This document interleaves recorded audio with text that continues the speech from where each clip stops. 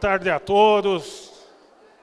Vamos passar então a nossa quarta palestra, Teletrabalho na Reforma Trabalhista. Expositor, Dr. Domingos Sávio Zarnag, que é advogado, palestrante do Departamento de Cultura e Eventos, doutor e mestre em Direito do Trabalho pela PUC, São Paulo, pós-doutor em Direito do Trabalho pela Universidade Castilha-La Mancha, na Espanha, presidente honorário da Associação Ibero-Americana de Direito do Trabalho e Seguridade Social do Instituto Ibero-Americano de Direito Desportivo, cronista esportivo, professor universitário e membro da Academia de Direito e da Academia Nacional de Direito Desportivo.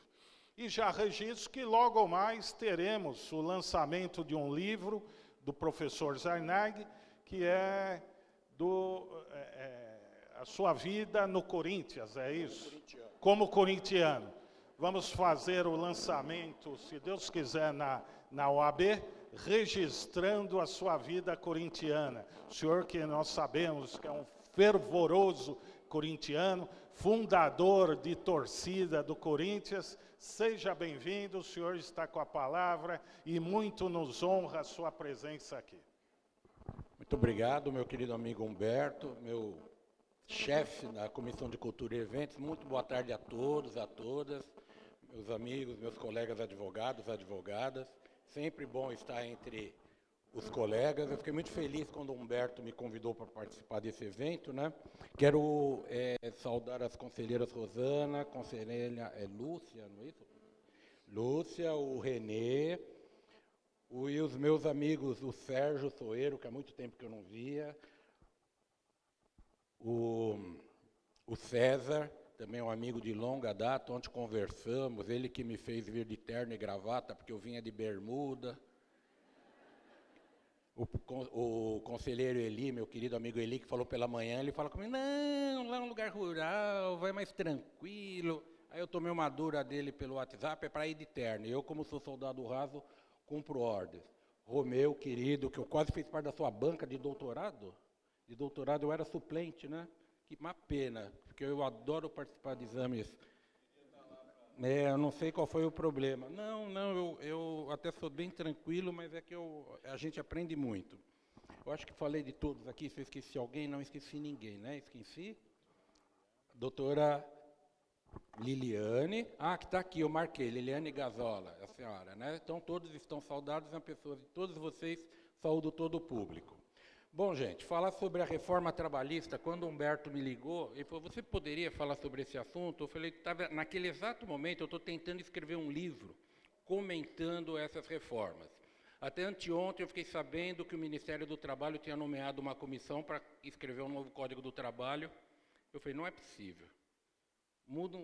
São mudadas quase 100 artigos, ou mais de 100 artigos da CLT, mais a lei da terceirização, e agora inventam de escrever um Código do Trabalho para substituir a CLT, que tem 74 anos, para se fazer em 120 dias. Como se as relações de trabalho pudessem ser feitas de afogadilho. Convidaram, nesse grupo, pessoas que eu gosto muito, professores queridos, colegas da vida acadêmica, mas que eu duvido que conseguiriam fazer alguma coisa tão importante num espaço tão exíguo de tempo. E, com todo o respeito que eu tenho pelo Ministério do Trabalho, no dia anterior, na quinta, quando eu soube da portaria que nomeei esses colegas para elaborar um projeto de código de trabalho, e no dia seguinte de manhã também, ontem, eu fico sabendo que já foram desnomeados, se é que existe, isso é um silogismo, um neologismo, desculpem, eu fiquei feliz, que eu falei, não tem cabimento. E em umas redes de WhatsApp, que um monte de besteiras que a gente lê, e tem horas, certo, que eu fico pensando que o Platão dizia que a ignorância é um paraíso, que o ignorante acha tudo correto. Aí você estuda um pouquinho e começa a ver as besteiras. Nem se colocou em prática, ou não se colocaram em prática, os artigos alterados da CLT, que daqui a um mês, praticamente, 40 dias, entram em vigor, já não querem nem colocar mais isso em prática, vão fazer um novo código. Quer dizer, estão de brincadeira no Brasil, relação de trabalho é uma coisa muito séria. Eu sou professor há 31 anos de Direito do Trabalho e desde a primeira aula lá atrás, em 1986, eu iniciei o curso de desenvolvimento pessoal. Vocês agora vão ter a principal matéria do curso de Direito. Todo professor fala isso, de penal fala, o constitucional fala. Só que no Direito do Trabalho é verdade por um único motivo, que é a única área do direito que foi escrito com tortura, com morte, com exílio, com escravidão, prisões. Foi escrito com sangue da humanidade. Então eu digo para os alunos, olha, tenham pela disciplina o mesmo respeito que vocês têm pelo livro santo.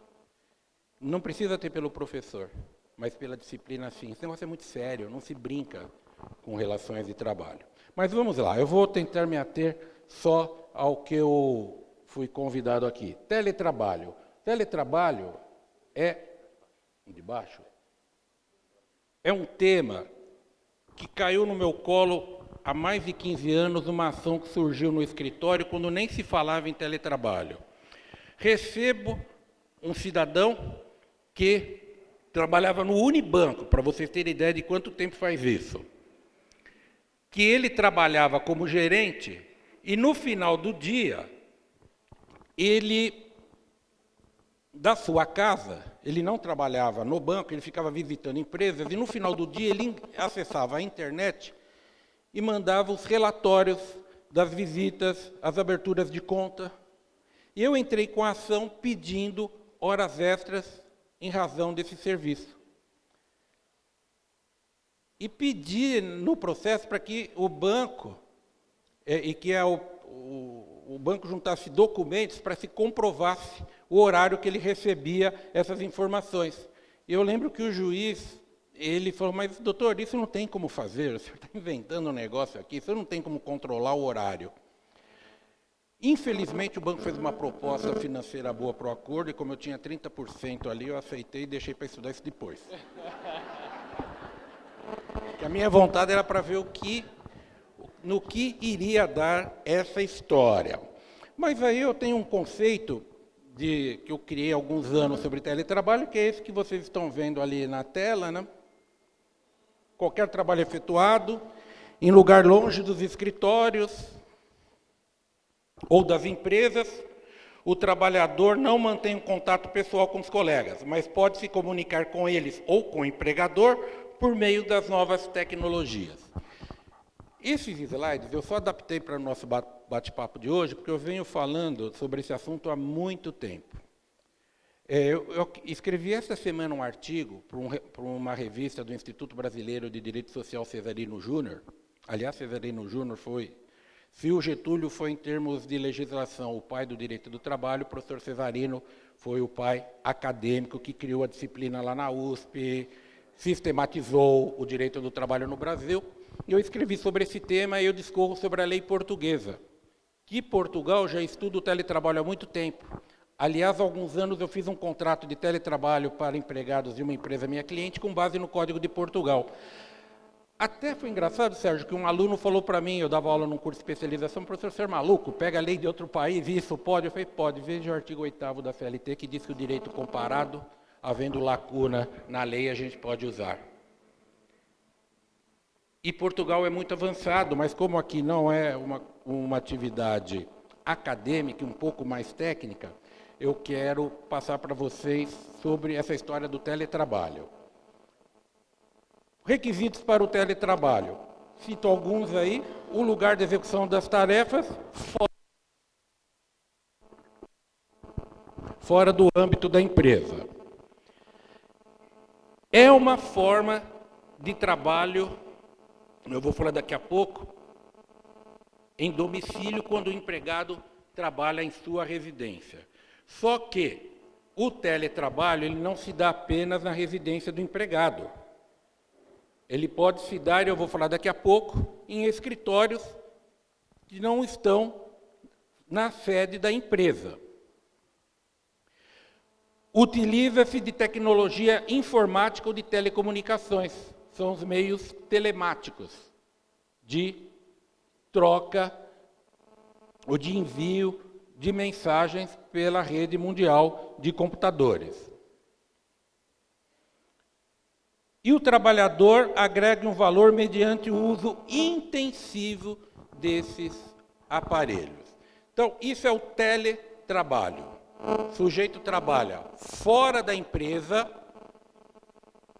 geralmente na sua casa, e exerce essa sua atividade à distância e poderá ser empregado, que é o que nós vamos trabalhar mais aqui. Segundo lugar, ele pode ser no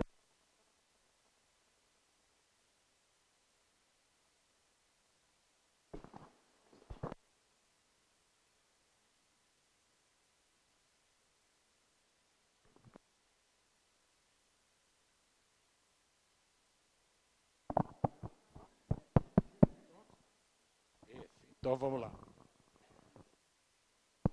Vamos lá. Sei por que quando a gente pega o microfone dá esse tapinha chato para ouvir, né? Sempre. Tem uns que fazem assim. Que não é o meu caso.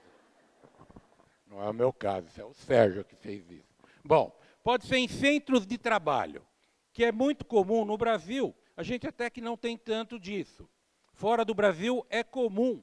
Várias empresas alugam um determinado local, um determinado prédio, e essas empresas locam esses espaços e colocam seus teletrabalhadores. Tá? Pode ser também nômade ou itinerante. As empresas colocam esse teletrabalhador nesses centros e vão montando esses centros de trabalho em vários locais. Ou porque tem um incentivo fiscal numa determinada cidade, ou porque o aluguel é mais barato, e vai por aí afora. Tá? E também pode ser transnacional ou offshore. Outro dia, eu estava com um problema com uma passagem aérea, que tinham me mandado para fazer uma palestra na América Central. Eu ligo para tentar resolver que eu tinha que tentar mudar a passagem para voltar para o Brasil, eu ia para Guatemala.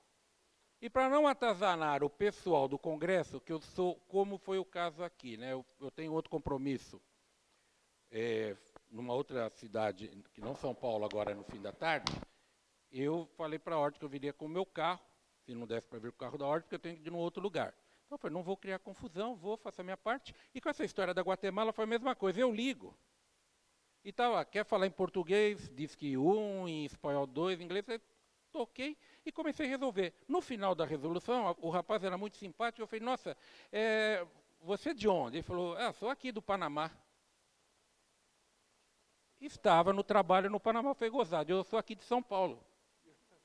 Perto de Tu. E de Salto.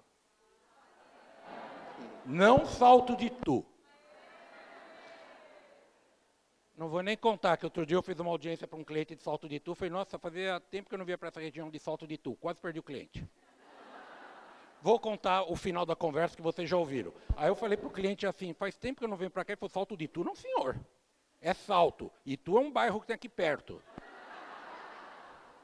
Eu falei para ele, puxa, mas ele falou bravo comigo. Eu falei, senhor, me desculpe, é que para mim eu sempre ouvi dizer que chamava Salto de Tu. Ele falou, isso era na época do Império. Eu falei, não te disse faz tempo que eu não venho para cá? Pois bem. Offshore. Pode ter o teletrabalho, no outro país. E essa é uma grande vantagem de uma empresa brasileira ter teletrabalhadores em residências aqui no Brasil, ou em centros de trabalho, ou em centros de trabalho no exterior, ou até em residências de empregados de trabalhadores no exterior. Depois a gente vai para uma outra conversa qual lei se aplica. Mas isso até há 2 semanas eu entrei com uma ação contra uma empresa de Angola que admitiu trabalhadores brasileiros, e essa é engraçada. Ontem veio um despacho assim, junte uma cópia da petição inicial com tradução juramentada, só que em Angola se fala português. Agora eu tenho que ir lá falar para o juiz, olha, que eu acho que o juiz deve ter entendido assim, como lá é África, fala-se africano. Então tem de traduzir para brasileiro. Então vou ter que explicar, não é Angola, fala português, não preciso traduzir. Pois bem, o trabalho Teletrabalho pode ser freelance, que é muito comum, então aqui não interessa muito para o estudioso do direito do trabalho. Sendo um trabalho freelance, sem vínculo de emprego, e é muito comum. Eu estudei na Faculdade de Jornalismo, num pós-graduação na Casper Libero, e vários colegas meus faziam serviços para variados jornais, como freelance, e trabalhavam de suas residências, mandando as matérias via internet. Pode ser teleempregado, que é o que eu vou tratar agora no finalzinho aqui, ou pode ser combinado ou misto, ou seja, olha que coisa interessante. O sujeito fica na casa dele e ele é empregado da empresa A, mas ele pode, ao mesmo tempo, fazer freelances para outras empresas e ter um salário e mais alguns ganhos maiores em razão do teletrabalho. Porque tem uma coisa, quando a gente discute, o Sérgio ainda falou hoje, essa reforma ajuda mais o empregador. Talvez. Porque discutir direito do trabalho é uma coisa complicada, porque é um direito muito ideológico. Quando veio essa reforma, os grupos que eu tenho no WhatsApp que eu participo, que é de esquerda, 100% está tudo errado. Os grupos mais ou menos não tão de esquerda, já não, tem coisas boas. E eu estou nesse caminho. Tem coisas que eu acho que são complicadas, mas tem coisas que são avanços. Por exemplo, a história da meia hora do almoço que você falou. Que eu tenho esses casos aqui no meu cliente mais antigo, que é de Sorocaba. Meu cliente firmou com o sindicato, lá do Carlão, César. Sabe? Então, o próprio. Para sair meia hora mais cedo. Os empregados tinham meia hora de almoço, saíam meia hora mais cedo, chegavam em casa mais cedo, e o meu cliente tem de pagar agora, em todos os processos, 1 hora para aquele empregado que descansou meia hora e saiu meia hora mais cedo. Eu acho que não tem nada de errado. Por exemplo, no meu escritório eu não quero que ninguém tenha meia hora de almoço, que eu quero que fique até o final da tarde. Mas isso foi ele que tratou. O segundo tipo de conexão pode ser offline, que é o empregado, durante o dia, ele vai fazendo seu trabalho e só no final do dia ele transmite todo o seu serviço via rede mundial de computadores, que já é ali o trabalho online. Ou pode, durante todo o exercício da sua função durante o dia, trabalhar de forma online. Aquele rapaz, a história que eu contei para vocês, coisa de 15 anos ou até mais, ele ficava o dia inteiro trabalhando offline. Quando chegava em casa às 7, 8 horas da noite, ele começava a fazer a transmissão. E como era uma coisa ainda incipiente, não tinha a velocidade que tem hoje a internet, ele às vezes ia terminar de fazer os envios do trabalho às 11 da noite. E era aí que eu pedi o pagamento de horas extras. E segundo a aplicação, outsourcing, que é uma forma moderna do trabalho até dessa maneira que eu estou falando para vocês. Tem vantagens, estão lá, rapidamente. Economia de tempo, com os traslados, disponibilidade de horário, e aí eu não vou explicar cada um aqui, senão eu vou tomar muito tempo de vocês. Adaptação do horário com as necessidades pessoais e dos familiares, ótima articulação entre atividade pessoal e laboral, conforto em razão da proximidade com a família, e eu coloco aí ótimo para mulheres grávidas ou com bebês, que não precisa pegar ônibus, não precisa pegar o metrô, não tem de ficar lá na empresa, fique em casa. Tempo e dinheiro com traslado. Imagina, o sujeito não tem que levantar 5 horas da manhã para conseguir sair da casa às 6 e chegar na empresa às 8, depois que ele pegou 2 conduções numa cidade como São Paulo.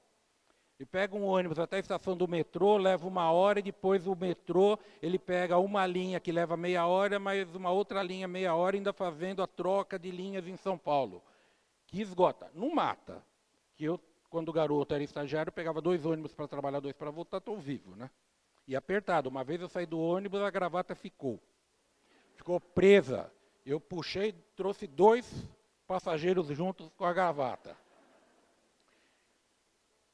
Disponibilidade de horário. Ele fala, hoje eu vou dormir um pouquinho mais. Vou namorar mais um pouco. Não é? Bom, claro. Frio. Depois eu dou uma adiantada no trabalho. Vou parar para assistir o Cidade Alerta. Que agora, infelizmente, não tem mais o Marcelo Rezende, infelizmente. Vou assistir os 10 Mandamentos. Vou ver a outra moça que eu vi na novela ontem, que virou homem e ficou grávida. Eu não estou entendendo. Eu fui dormir com a cabeça atrapalhada, porque eu não entendi que a mocinha virou menino e agora ficou grávida. Então eu falei, e termina a novela dizendo ela para os pais, estou grávida. Eu falei, desligo. Vou desligar porque eu tenho que tomar cuidado com a minha saúde mental. Não, mas não é, gente. Eu estou exagerando. A moça virou homem e ficou grávida. E fala que está grávido. Eu falei, não, ainda bem que, coitado, que minha mãe está com Alzheimer. Porque se ela visse isso, ela ia ter um treco. Ela não entende. Facilita o trabalho de portadores de necessidades especiais. Olha que forma de inclusão social. A pessoa, o cadeirante, por exemplo, ele não tem de se deslocar para o trabalho, com toda a dificuldade que as pessoas têm nessas condições de se deslocarem, principalmente numa cidade como São Paulo, Rio de Janeiro, Belo Horizonte, Porto Alegre. Pode trabalhar na sua casa. No meio rural, o sujeito com a internet lá no meio rural, ele arruma um tipo de trabalho e veja, ele pode trabalhar para uma empresa de Belo Horizonte, estando aqui num sítio, aqui no interior, próximo a vocês.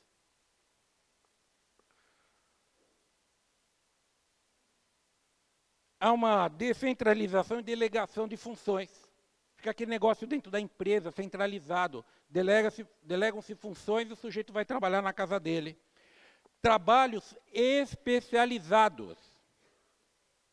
Redução dos acidentes em itinere. Batida de carro, acidente de ônibus. Isso eu vou falar, as vantagens para a sociedade em seguida. Menor estresse com perda de tempo desnecessárias. Porque eu não me estresso em São Paulo. Eu dirijo, tranquilo, eu não estou nem aí. Agora, a minha namorada é totalmente estressada. Ela quer que os carros saiam da frente para ela poder andar. Eu falo, não vai ter jeito. É o preço que você paga por estar numa cidade como São Paulo. Para quem é estressado, a melhor forma de trabalho, você fica na sua casa.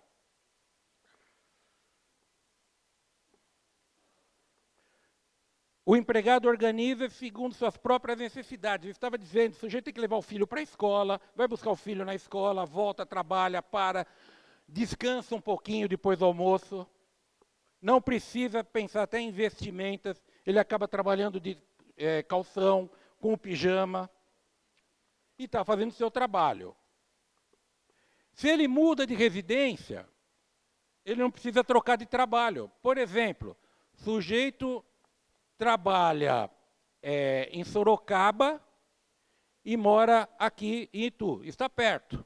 Ele resolve morar em São Paulo, ele vai pedir demissão e procurar um emprego em São Paulo. Sendo teletrabalho, ele não precisa fazer isso, ele continua trabalhando para essa empresa. E o reforço do vínculo social, o vínculo com os vizinhos, no prédio, etc.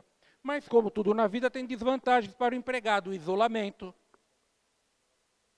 falta de limitação do tempo de trabalho. O sujeito vai se perder, e o legislador mexeu nisso, e eu vou ver daqui a pouco com vocês. Pode ocorrer a falta de motivação. Que ele não tenha competição, eu não vou subir na empresa, eu não vou conseguir ser, ou aquele quadro de carreira que você falou, não vai se aplicar a ele. Ele não tem ambição de virar gerente. E pode fazer, vou usar o termo popular, uma zona com a sua vida se ele não for esperto, não ficar atento. Ele começa a misturar o trabalho com a atividade pessoal. Ele vai na hora do almoço, comendo seu arroz, feijão, bife, ovo e salada e com o computador do lado fazendo serviço. Vai dormir, senta na cama, acende o abajur e vai trabalhar. Aí o cônjuge, para não dizer que é a mulher que não está trabalhando, é um dos dois, apague isso aí que eu quero dormir. Já não basta ficar com o ar-condicionado ligado? Ainda vem trabalhar? Impossibilidade de separar a vida privada da pessoal, que isso vira tudo uma coisa só, e a inobservância das normas de segurança e higiene do trabalho. Ele usa a cadeira da cozinha, o banquinho da cozinha americana para trabalhar sem postura ergonômica. Ele pega a tomada do computador, que lá na empresa é tudo certinho, cada computador tem a sua tomada, voltagem tudo certinho, amperagem, o diabo, ele não, ele pega aquele Benjamin, Outro dia eu recebi um meme, sabe o que é meme? Esse negócio é uma maravilha, adoro isso. Tem até um aplicativo só de memes, são uns 40 novos por dia. Tinha assim, essa tomada, macho, entrada fêmea. Aí tinha um Benjamin com umas 5 tomadas, suruba.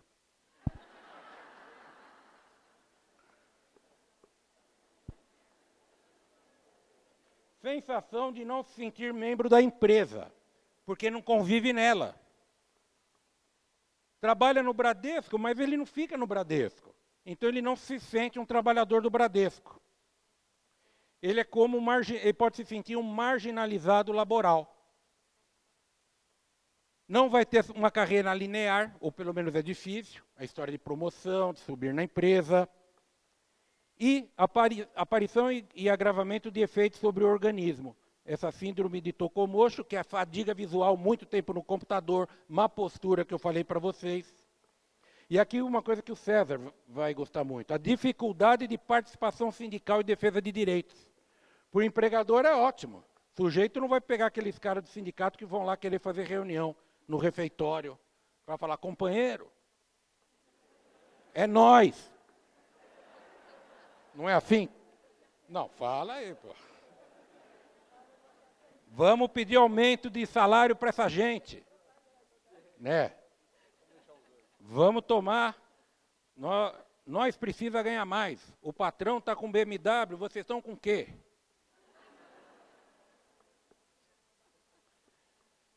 Falta de solidariedade. Você não tem o companheirismo. O sujeito está enrolado lá com uma petição no escritório, está com problema com esse recurso, o que você... Ah, tá, espera aí, eu te ajudo. Ele está lá sozinho. Ele não tem nem a quem ajudar e muito menos quem ajudá-lo.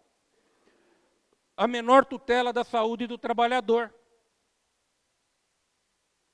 E falta, que eu coloquei aí, das formas tradicionais de entretenimento. Sabe aquelas empresas que o César deve conhecer melhor do que eu, que tem o Grêmio, que tem pibolim na hora do almoço?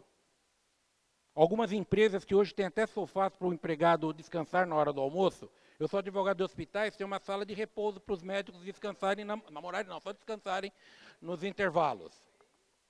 No fim do dia, e para o happy hour com os colegas. São desvantagens. Rapidamente, vantagens para a empresa. Flexibilidade e economia de custos. Espaços menores, cafezinho, energia elétrica, água, segurança, tudo é vantagem. Retém trabalhadores que pensam em parar de trabalhar. Ah, eu estou cansado, agora eu quero ficar em casa, estou cansado, eu vou cuidar do meu filho, é melhor. Não, você continua trabalhando na sua casa. E o empregado continua. Redução das faltas, lógico. O empregado não falta, ele nunca vai. Ele está sempre na casa dele. Economiza pegar atestado falso. Tudo isso é vantagem. E dá para contratar pessoal qualificado em qualquer parte do mundo. Em qualquer parte do mundo, para o tipo de trabalho. Eu viajo muito aqui pela América. Empresas que, pela facilidade da língua, empresas peruanas, que o Peru é um país que está muito bem, que contrata trabalhadores na Colômbia, teletrabalhadores em Bogotá ou no interior da Colômbia. Não, o Peru paga. O Peru o Peru costumo dizer que é minha segunda pátria, né? Que é um país que eu adoro e minha vida acadêmica começou lá. Não, o Peru, felizmente, a economia está subindo. E o Chile também pode contratar trabalhadores. Argentino não, porque é melhor... Bom, deixa para lá. Vai contratar uruguaio, venezuelano, pronto. Porque o argentino não vai ser empregado de chileno. Ele vai querer ser patrão do chileno. Melhora na produtividade. Olha que legal. Inexistência de conflitos entre os empregados. Aquele negócio, vamos puxar o tapete dela, porque ela vai ser chefe. Mas a gente não pode passar serviço para ela, né? Vamos dar um gelo nela, não vamos chamar para conversar. Acaba essa palhaçada. Os acidentes em itinere, acidente de trabalho, baixo custos laborais decorrente de acidentes e doenças profissionais, prazos de entrega, o empregado trabalhando em casa ele é mais rápido, isso é comprovado por estatísticas.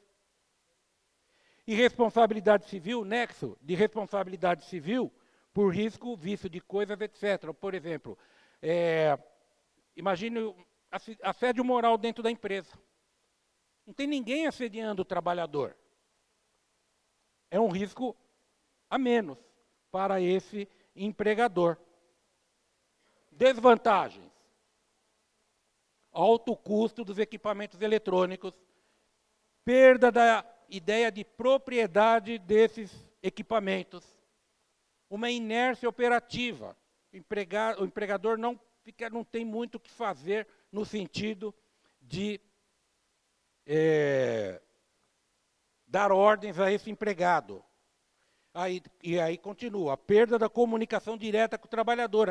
Que o chefe entra na sala e fala, meu amigo, preciso que você faça isso urgente. Que até o momento dele pegar um telefone e ligar para o teletrabalhador, teleempregado, ele deixa passar. Andar mais rápido aqui.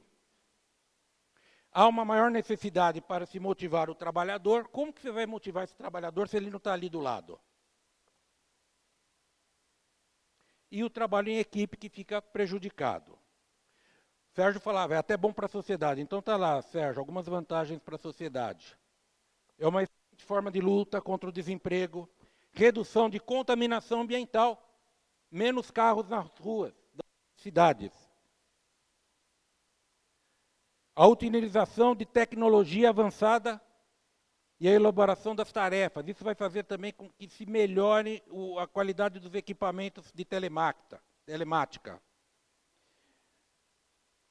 E a empresa que vai trabalhar 24 horas por dia. É um império onde o sol nunca se põe. Trabalha à noite no dia num país, esses teletrabalhadores param de trabalhar, num outro país a empresa continua funcionando. Redução do tempo de resposta a uma solicitação de um cliente. Desvantagens para a sociedade. Possível perda do protagonismo sindical. Aí, César, perde esse protagonismo. Nos grandes centros, os imóveis não sendo utilizados, imóveis vazios, os centros das cidades deteriorados pela falta de utilização dos espaços. E uma coisa que eu coloquei aqui que nós já temos, mudança na legislação social, laboral, tributária, o dumping social, que é uma ocorrência. Agora sim, o teletrabalho no Brasil. Primeiro, o artigo 6º, que foi uma alteração de 2001. Antes, só passa, eu já volto para vocês fotografarem. Eu deveria ter invertido. A redação anterior do artigo 6º, que é lá dos anos 40, eu acho que não mudou desde 43. Não se distingue entre o trabalho realizado no estabelecimento do empregador e o executado no domicílio do empregado, desde que seja caracterizada a relação de emprego. Em 2001, o artigo 6º tem essa redação. Não se distingue entre o trabalho realizado no estabelecimento do empregador, o executado no domicílio do empregado e o realizado à distância, desde que vista os elementos caracterizadores da relação de emprego lá do artigo 3º. E o parágrafo único fala dos meios telemáticos, que são os computadores. Os meios telemáticos informatizados de comando, controle e supervisão se equiparam para fins de subordinação jurídica, um dos elementos do artigo 3º da CLT, aos meios pessoais e diretos de comando, controle e supervisão do trabalho alheio. Só que isso foi muito pouco para tentar se resolver o problema do teletrabalho. Mas já foi um avanço. Mas continuaram as lacunas no nosso ordenamento jurídico. Até que agora, nós temos algumas novidades que entram em vigor a partir do dia 11 de novembro. Espero. Que, aliás, parênteses, uma colega que é da Academia Brasileira de Direito do Trabalho, esses dias dando uma palestra, agora, na Colômbia, por incrível que falei da Colômbia, me lembrei disso, agora em agosto, ela levou um projeto de lei. César, você vai cair para trás, Sérgio. Romeu, um projeto de lei, e amigos, que diz o seguinte, só tem um artigo, fica revogada a lei 13.467. 13.000, né?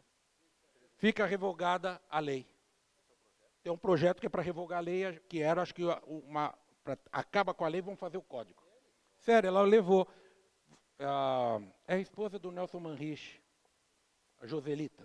Ela levou, foi, caramba, Eu lá no Brasil não estou sabendo disso. Falou, tem isso, está tramitando. Então, por isso que eu disse, espero que entre em vigor. Então, vamos lá. O artigo 62, que trata dos empregados que não têm controle de jornada. Que esse artigo 62 ele é mal interpretado. Todo mundo diz, quem está na exceção do artigo 62 não tem direito ao recebimento de horas extras, adicional noturno. Não é verdade, não. O que o artigo 62 diz é que não tem controle de jornada. E o legislador colocou, dentre esses empregados, os empregados em regime de teletrabalho. E por que eu digo que não é bem assim? Porque, especialmente no caso do teletrabalhador, eu tenho como comprovar até que horas ele ficou trabalhando. O computador vai mostrar, abriu às 8 da manhã e só desligou a transmissão de dados e de trabalho às 23 horas. Ele está trabalhando na casa dele. Então, cuidado com isso. Mas já foi uma mudança. E depois, rapidamente, alguns artigos. O 75A, dispensável, que veio dizer, olha, ao teletrabalho se aplica o que está aqui. Não precisava dizer isso. Coloca teletrabalho e já começa a falar do mesmo. O 75B diz o que é o teletrabalho. Prestação de serviços preponderantemente fora das dependências do empregador. Prestem atenção nessa palavra. Não está dizendo exclusivamente na casa do trabalhador. Tá? Ou melhor, fora das dependências da empresa, que pode ser no centro de trabalho. Esse empregado pode, vez por outra, trabalhar na empresa. Parte do seu horário na empresa, parte do horário na sua casa ou parte do horário lá no centro de trabalho. Certo? E o parágrafo único vem e resolve, aqui sim, para deixar, talvez a segurança jurídica, eu não sei se está ajudando o empregador, mas é segurança jurídica. O comparecimento às dependências do empregador para a realização de atividades específicas que exijam a presença do empregado, exemplo, reuniões semanais, não descaracteriza o teletrabalho. Só para segurança, para o empregador falar, caramba, se ele vier uma vez por semana aqui, será que ele não vira trabalhador normal e não teletrabalhador? Eu vou ter de pagar hora extra? Ai, meu Deus. Não, o legislador trouxe um item de segurança jurídica. Que a gente tem que parar, como o Sérgio disse, eu concordo com ele, de achar que empregador, tudo que se faz é para sacanear empregado. Se a gente partir do pressuposto que tudo que existe é má fé, é melhor parar o mundo, ficar todo mundo em casa e vão esperar a morte chegar. A gente tem que dar uma chance para o ser humano. Que eu digo sempre para os meus alunos, Humberto, o bem sempre vence. Se o bem não vencesse, nós não estaríamos aqui hoje, a humanidade teria sido dizimada. Um dia um aluno falou, e como é que o senhor justifica o nazismo? Eu falei, não justifico, só sei que ele perdeu. 75C. Tem que se fazer contrato de trabalho, como a lei portuguesa prevê há anos. Vocês vão pegar o cliente amanhã e falar, olha, eu contratei um pessoal para trabalhar com computadores lá em São Paulo, 4 empregados. Tem que fazer o contrato escrito. E especificar quais são as atividades que esse empregado, as funções que ele exercerá, efetivamente. E aqui uma coisa interessante, no primeiro parágrafo, né? Poderá ser realizada alteração entre regime presencial e de teletrabalho, desde que haja mútuo acordo. Eu sou teletrabalhador, agora eu quero trabalhar na empresa. O empregador normalmente pode fazer isso, não tem aquele risco. Se eu fizer isso, será que não vai pensar que é continuidade da relação de emprego? Vai voltar tudo uma coisa só? Não, o legislador diz, pode fazer, faça um adendo contratual e troca a forma de trabalho. Ele não vai mais ficar na casa e vai trabalhar na empresa ou vice-versa. A lei portuguesa, ela tem algumas coisas interessantes. Ela permite que a empregada que tem trabalho presencial, tenha filho, se eu não me engano, até 3 anos de idade, ela tem direito a trocar a sua atividade de trabalhadora presencial para teletrabalhadora. Uma das situações, que eu não sei se é vantajoso, que o empregador ele manda embora. E o parágrafo 2º, que diz que pode ser realizada alteração do regime de teletrabalho para o presencial por determinação do empregador. Aqui é unilateral.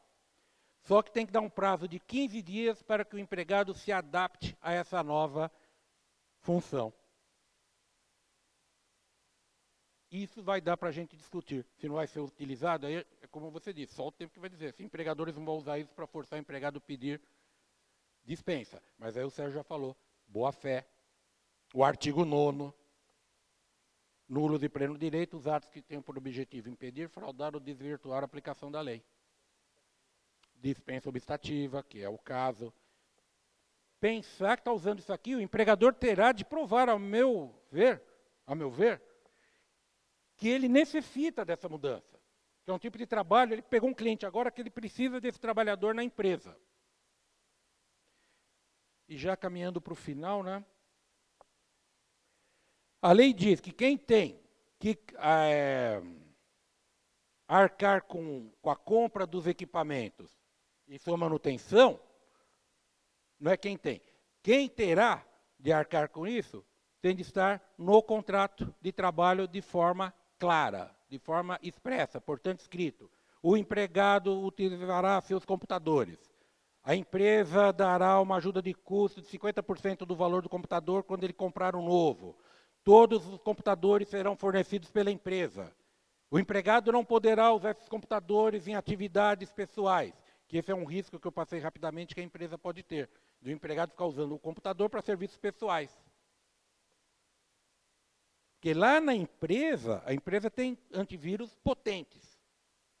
Talvez na casa do empregado ele não tenha, mas a empresa pode colocar. E o parágrafo único, seguindo o que está no artigo 458, parágrafo 2º já da CLT, que diz que não integra a remuneração do empregado se o empregador, por exemplo, der o computador e não precisa devolver. Fica para o empregado. Não é salário, segurança jurídica. Não há, porque se não tem uma coisa dessa, a exceção do 458, parágrafo 2º, que já tem alguns anos, que diz que equipamentos de trabalho não integram o salário, não tenho dúvidas. Qualquer advogado, até eu que sou meio besta, entraria com a ação dizendo é salário indireto, que ele ganha um computador de R$5.000, que ele compraria com o salário dele. E a justiça daria.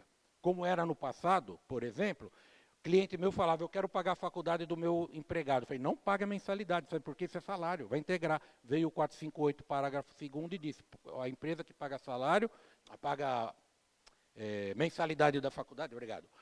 Esse pagamento não tem natureza jurídica salarial. Está sacaneando algum empregado isso? Está ajudando, né? Agora essa, e essa é a última.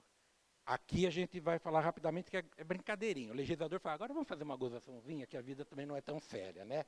O empregador deverá instruir os empregados de maneira espécie ostensiva. Eu quero saber como é essa ostensividade que o legislador está dizendo, quanto às precauções a tomar a fim de evitar doenças e acidentes do trabalho.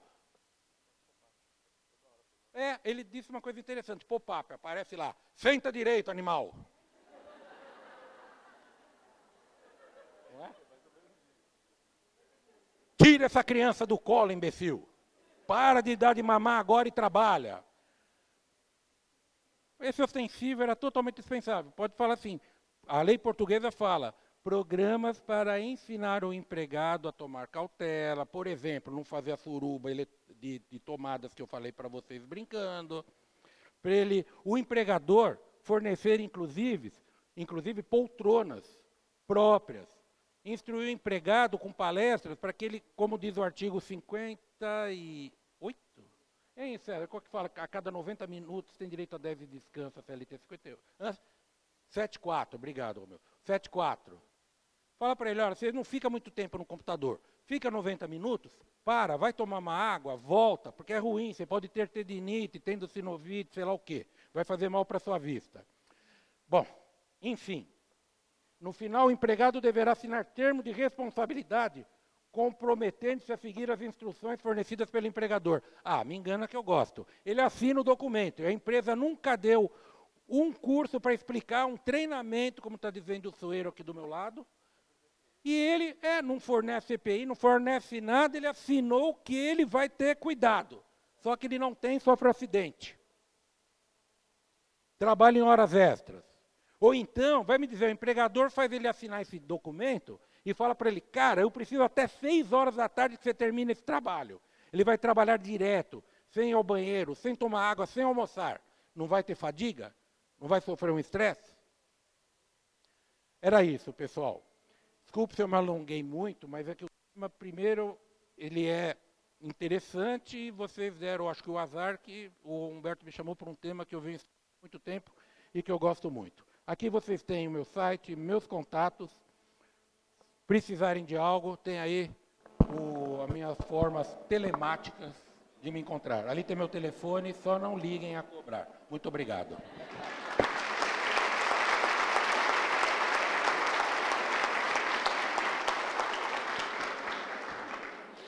Doutor Zarnag, parabéns pela sua exposição. Doutora Liliane vai entregar um diploma como agradecimento pela sua palestra.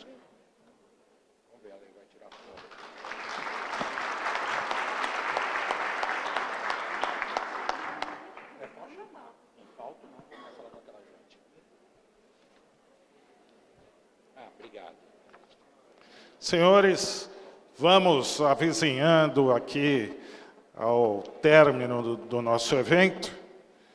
Vamos encerrando aqui com chave de ouro, tema, o novo processo do trabalho, primeiras perspectivas. Expositor, Dr. Romeu Gonçalves Bicalho, advogado, doutor em Direito pela PUC São Paulo, mestre em Direito pela Universidade Metodista de Piracicaba, concurso de extensão pela Universidade Laval, Quebec, Canadá, graduado em Direito pela Faculdade de Direito de Itu, assessor jurídico do Sindiabras, professor de Direito na graduação e pós-graduação, relator da 9ª turma do Tribunal de Ética e palestrante do Departamento de Cultura e Eventos. Doutor Romeu, seja bem-vindo, obrigado pela sua presença. O senhor que é da terra aqui de Salto, não vou falar Salto de Itu, né? Já aprendi aqui com o professor Zarnag, esse erro imperdoável não posso cometer. Então, o senhor que é de Salto, seja bem-vindo e está com a palavra. Boa tarde a todos. É uma satisfação, uma honra muito grande fazer parte dessa mesa com palestrantes de tal escola. Tenho a honra de ter meu amigo César presente aqui, meu professor Domingos. É uma satisfação realmente estar ao seu lado, fazer parte dessa mesa contigo e aprender, né? Aprender de um jeito diferente, aprender com graça, com humor, né? Isso que torna a vida gostosa, né? E torna mais gostoso ainda você saber que isso faz parte do mistério da docência, né? Esse é um dos privilégios que o professor tem de estar sempre em contato com a juventude, o que nos torna mais leve, né, professor? E só falta a parte da remuneração, mas tudo bem, isso aí a gente deixa para outro lado, né? Mas queria agradecer também ao Departamento de Cultura, né, nosso presidente Humberto, que também proporcionou esse encontro agradável, e olha que público lindo, Humberto. Isso só consagra o trabalho de tantos anos à frente do Departamento de Cultura, trazendo para a gente aí oportunidades para aprender o direito. Eu tinha preparado ali uns slides que eram mais ou menos umas 2h30 assim, de palestra. Mas daí, agora, tendo em vista que o curto foi... Eu encurtei para no máximo 2 horas. Tá?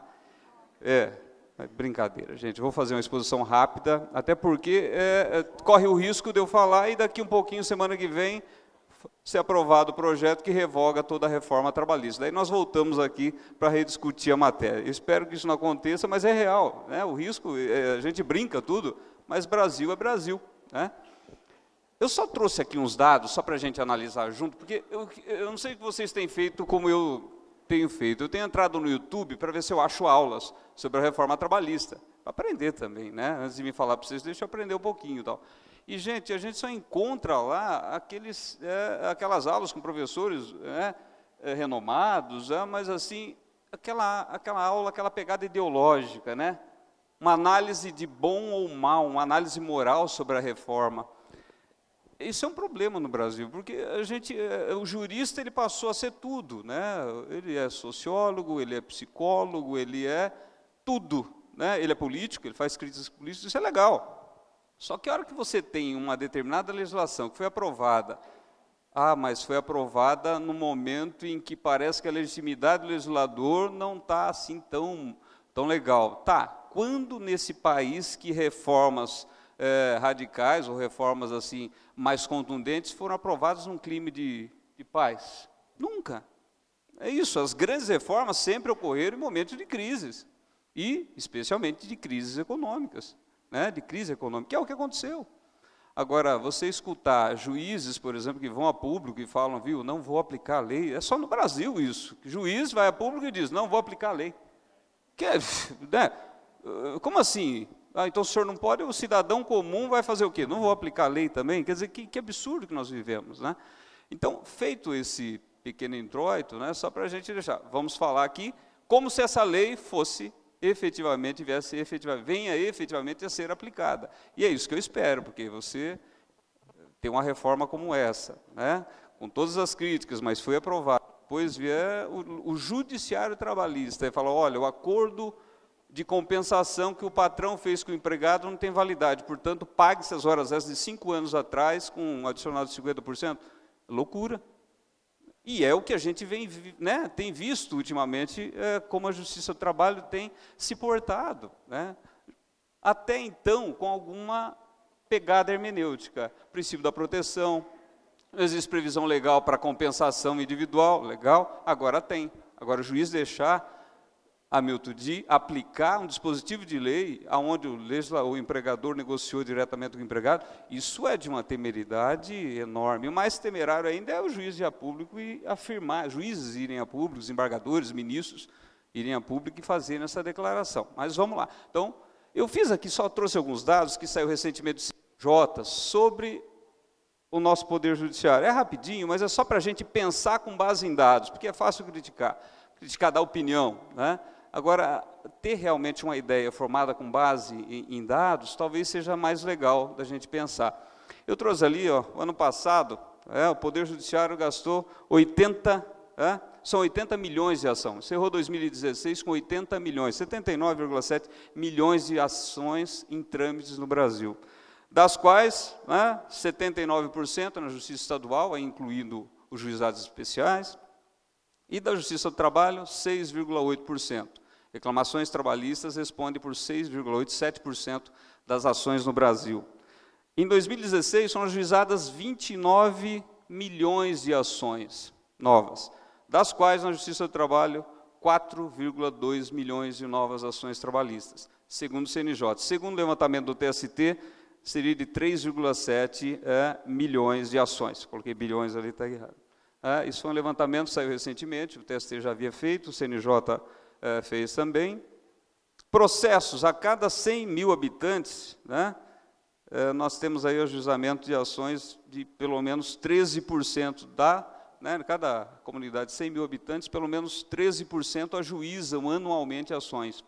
Justiça do Trabalho, por exemplo, é em torno de 1.700 ações ajuizadas para cada grupo de 100 mil habitantes. São dados, para a gente começar a pensar. Congestionamento, né? Qual é cadê o controlezinho? Aqui? Onde nós estamos ali? Qual que é, professor? É o de baixo? Tá. Lá, a recorribilidade, só para a gente entender, de cada sentença que se dá, né, quem recorre mais? Bom, todos recorremos.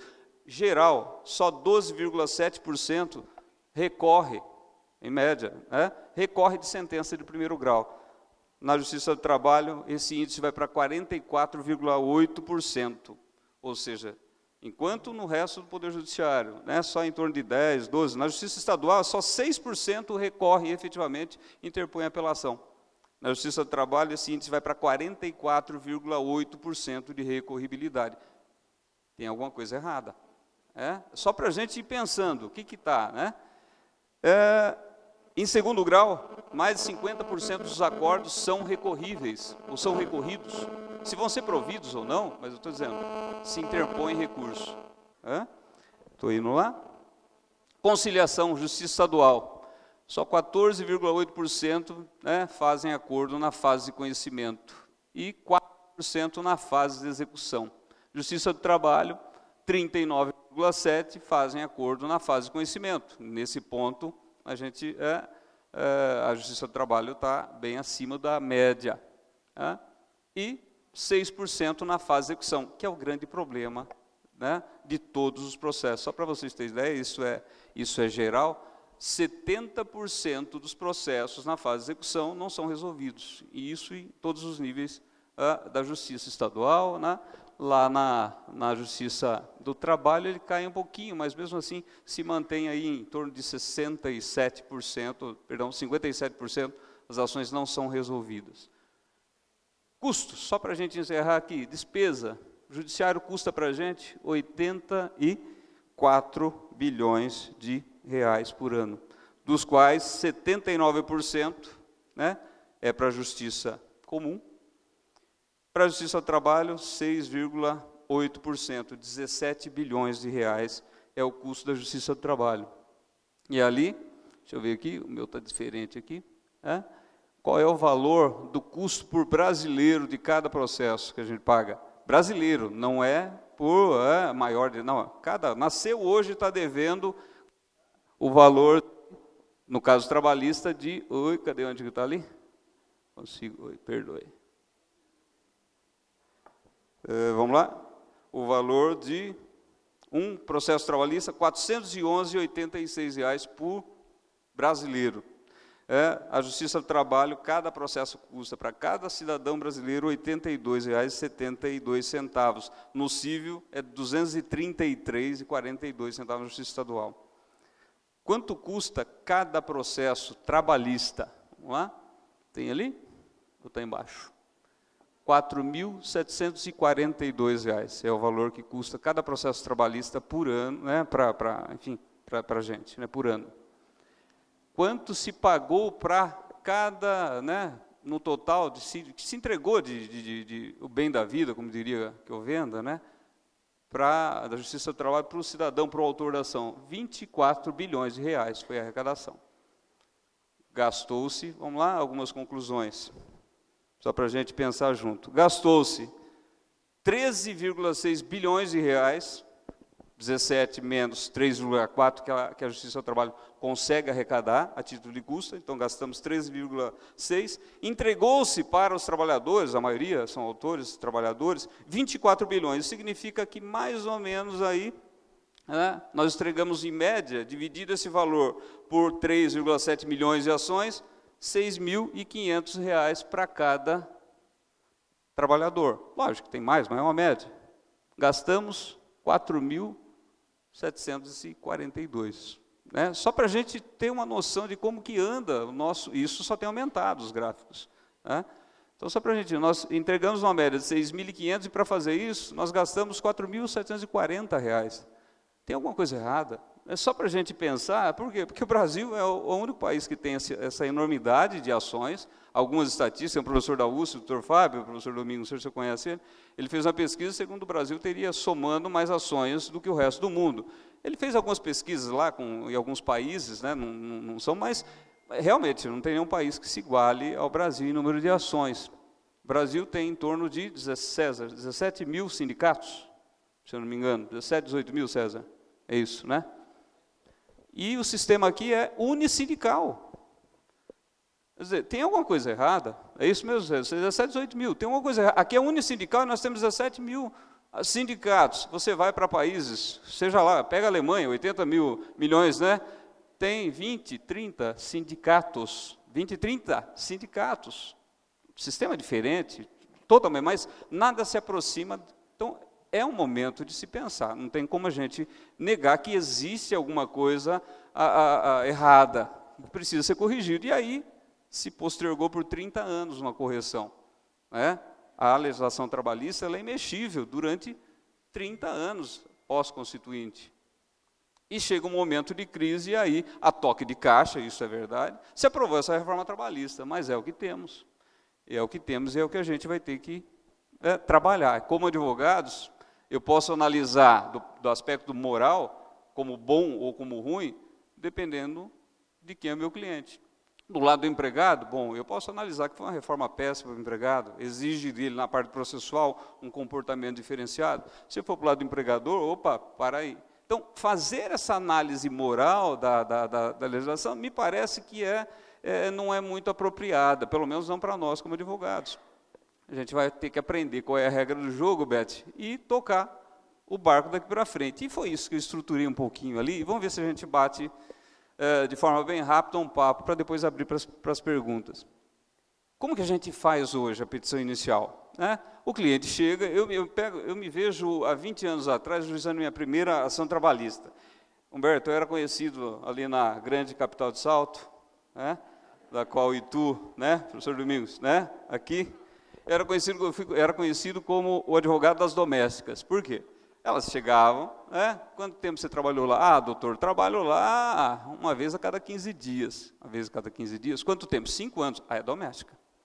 Ajuizava a ação, e ia para a Justiça do Trabalho, e saía o que lá? Em Itu, não, na época era em Salto já, não, já era. E aí, eu encontrava um colega do outro lado lá, que sabia menos direito de trabalho do que eu, e fazia um acordo comigo. Porque ele olhava para o cliente e viu, vai dar vínculo isso aí. E era assim que funciona. Ou seja, o que eu quero dizer é o seguinte, o direito de trabalho sempre foi, a área trabalhista sempre foi conhecido, sempre foi vista como aquele direito de menor importância, onde advogados que não são muito habilitados, eles atuavam por falta de opção, por falta de conhecimento, falta de capacidade técnica. E o pior é que o sistema ajuda. Por quê? Você pega o antigo artigo 840, ele fala, a petição inicial deverá conter endereçamento, blá, blá, e um breve relato dos fatos e pedido. Breve relato dos fatos e pedido. Sequer exigia-se, na petição inicial trabalhista, o valor da causa. O valor da causa nós íamos importar da onde? Bom, sei lá, não precisa, porque tem uma lei, a Lei 5.584, que fala que se não tiver valor da causa, o juiz pode arbitrar o valor da causa, pode atribuir o valor da causa. Ou seja, nem a petição inicial trabalhista, ela exigia o valor da causa, e continua não exigindo. Só que daí criou-se o sistema, o PJE, antes disso nós tivemos o rito sumaríssimo, que para definir se é ordinário ou sumaríssimo, nós temos que atribuir o valor da causa. Mas o que obrigou mesmo a colocar o valor da causa, Milton, é o quê? O sistema PJE, porque você entra lá, você tem que dar valor para definir o rito. Até pouco tempo atrás havia ações sem valor da causa, não precisa. E mais, o breve relato. Breve relato é breve relato. Breve relato. As lições de Cândido Rangel de Amarco falam, olha, o primeiro ônus da parte é alegar, descrever o fato para que o outro possa se defender de forma adequada. No direito do trabalho não precisava. E mais, isso unido ao fato de que o juiz podia corrigir de ofício, impulsionar o processo de ofício, corrigir, levava o quê? A uma certa precarização do direito do trabalho, do advogado trabalhista. A petição inicial não precisava de muito rebuscamento. Bom, sinto em dizer para aqueles que atuavam assim, que a coisa mudou mesmo. Mudou porque agora eu tenho novos requisitos da petição inicial, que a gente vai ver. Mas eu pergunto, antes chegava com a dor aqui, o que eu fazia? É acidente de trabalho. Mas doutor, eu entrei na empresa sem dor nenhuma. Saí da empresa com essa dor aqui. É o quê? Acidente de trabalho. O que a gente fazia? Ajuiza uma ação, vamos fazer perícia. Bom, se der errado, o que acontece? Você, não tem ônus, não tem nada. Hoje, o que nós vamos fazer? Hoje não, você vai ter que fazer uma entrevista direitinho. Fala para o cliente, viu? Vai fazer um exame. Doutor, não tem dinheiro, viu? É melhor você fazer um exame no posto de saúde, qualquer lugar, mas me traga pelo menos algum indício, no mínimo, para eu, advogado, depois se defender e falei, excelência, eu não fui leviano, está aqui, não é litigância de má-fé, porque agora tem litigância de má-fé, não fui leviano, porque aqui eu tenho um documento razoável que eu já fiz defesa, eu atuo, eu sou advogado do sindicato, do Sindiabras, da qual é filiado à federação, do César, que comanda o setor jurídico da federação, e é muito comum a pessoa vir com um atestado, onde está lá, atestado médico, doença degenerativa. Daí vai você explicar para ela que, olha, esse atestado está falando que esse problema que você tem é seu mesmo. Não tem nada a ver com o direito, com a relação de trabalho. Que, doutor, mas eu entrei bom e saí mal. O que alguns colegas faziam? Ajuiza a ação para ver o que vai acontecer. Eu pergunto, essa postura que hoje, que parece muito comum, ela vai poder continuar? Bom, gente, profissional negligente vai existir sempre, né? Em todos os ramos. Agora, quer melhorar? Quer atuar de forma coesa, como o nosso estatuto, o nosso código de ética diz que é para você, o que você vai ter que fazer a partir de agora? Bom, você vai que estudar bem o caso, você vai que não entrar em aventura jurídica, né? Vai fazer uma análise de riscos da ação conjuntamente com o seu cliente e falar, você quer? Tem risco aqui. Você quer fazer isso? Você quer ajuização? E eu pergunto para vocês, a gente já não tinha que estar fazendo isso antes? Não é isso que determina o nosso código de ética e o estatuto do OAB? Percebam, nós estamos falando de uma postura, de uma mudança de postura, que na verdade já era para a gente ter adotado, mas me parece que isso não é muito, ou não é muito raro o colega da área trabalhista, na petição inicial, não atuar dessa forma. Portanto, aquele profissional que sempre foi dedicado, diligente, atencioso, a exercer a advocacia com inteligência, eu diria para vocês, essa mudança da reforma processual, no que tange a parte processual, não vai afetar muito. Conversava com o César, ele falou, mas olha, eu falei, César, quantas ações nós, eu como advogado de sindicato e advogado de reclamante, e também advogo para a empresa, quantas ações como autor nós perdemos? Quantas? São raras, aquelas que estavam ali no limite, né, no limite do pode ser que dá, mas quantas? Por quê? Porque você sempre se pautou, né, com a advocacia pautada num cuidado, né, numa análise de risco, que era isso para a gente sempre fazer. Então, para aquele advogado que sempre atuou assim, o que muda? Não muda muita coisa, não. Agora, vamos para a parte formal. Petição inicial, o que vai ter agora? E aí umas dicas práticas. Ela vai ter que ter o que agora? Além da... Continua lá, breve narrativa, mas cuidado. Por quê? Porque já tem juízes, e já há algum tempo, falando que breve relato não significa não descrever o fato. Você tem que descrever o fato com todas as suas circunstâncias. Que hora que você trabalhou? Que local que você trabalhou? Aonde foi que você pegou essa doença? Já era para fazer assim. Por quê? Porque isso decorre da Constituição. O amplo direito de defesa não é só para o réu. Não é para o réu só. O amplo direito de defesa, contraditório, é um comando que é para os dois lados. O autor tem que descrever o fato de acordo a possibilitar a outra parte fazer a defesa. Se eu faço algo vago, não descreva circunstâncias, local, horário, né, tempo, enfim. Se eu não faço essa descrição, como que o outro vai se defender? Só que até ontem, de trabalho, por conta do breve relato, os juízes vão tocar. Agora, além de tudo isso, né, desse novo espírito que adentra o processo de trabalho, você tem que indicar lá o valor do pedido. E aí tem todo mundo desesperado. Meu Deus do céu, como que eu faço para indicar o valor pedido? Vamos ter que aprender cálculo trabalhista. Não tem jeito. É essa a profissão. Quem quer militar na área trabalhista?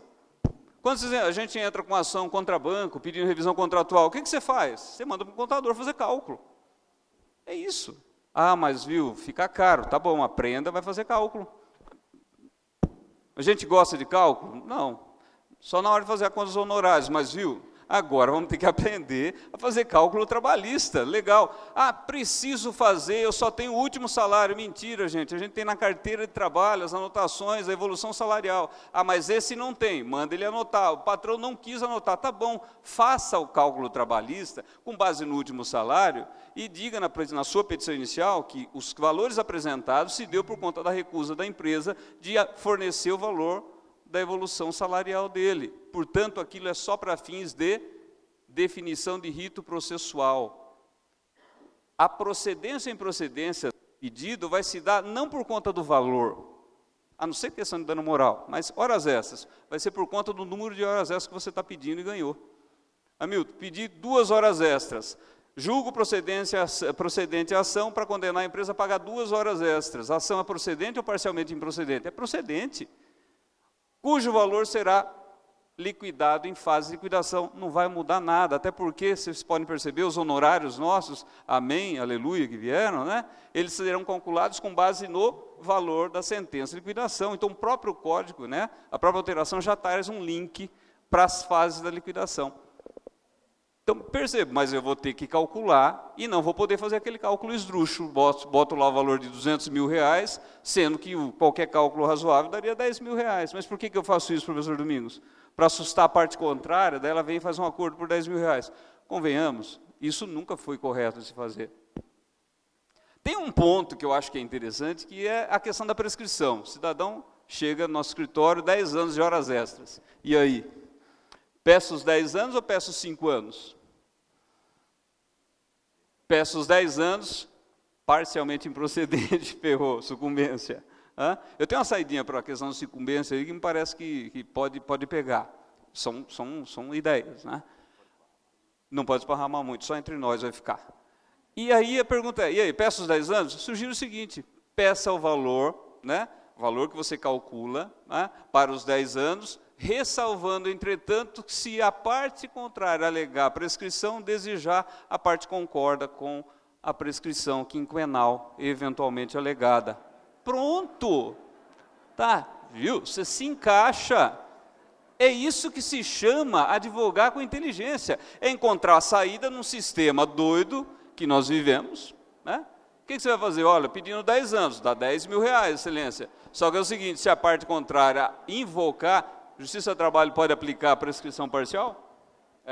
Prescrição de ofício? Não. Só intercorrente, que agora surgiu. Mas a prescrição no processo de conhecimento, ele não pode aplicar se a outra parte não alegar. Por que isso? Você alega, né? Só calculei 5 anos, Sérgio. Ah, legal. Só que na fase venha revelia. Putz, ferrou tudo. Só pedi 5 anos? Não. Lógico, isso que eu estou passando para vocês são experiências trocadas com juízes, né? Eu falo, viu? Eu falei, se eu fizesse isso, sabe, testando, sabe que negócio? Bota o dedinho para ver se queima.